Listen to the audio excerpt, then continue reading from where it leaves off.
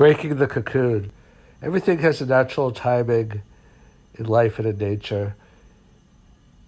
When a caterpillar is transforming into a butterfly, which is just an amazing thing, if you break open the cocoon, obviously, to see the transformation, you're going to kill it.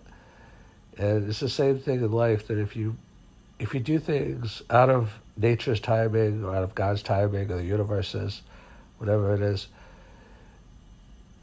it's going to destroy the opportunity. And in the Bible, it talks about, for example, God said to Abraham and Sarah, I believe it was, you're going to have a baby, even though Abraham was 100 and Sarah was 90. And they didn't believe it. And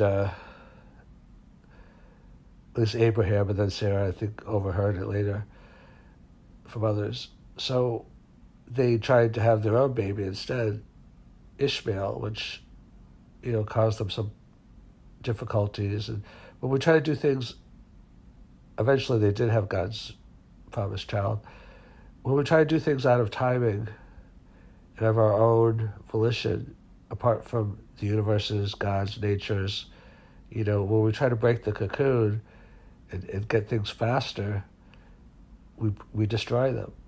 It could happen in relationships where instead of just nurturing it day by day, you try to force things and the relationship ends or gets damaged.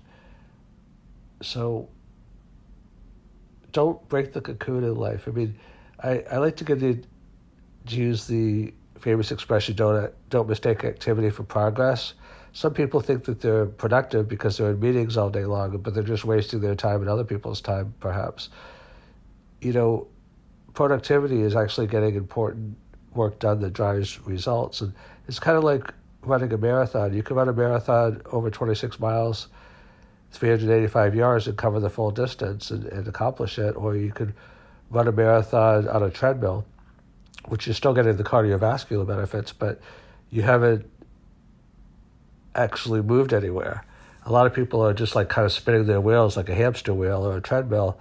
They're running like crazy, but they're not getting anywhere. And so never mistake activity for progress, and don't break the cocoon.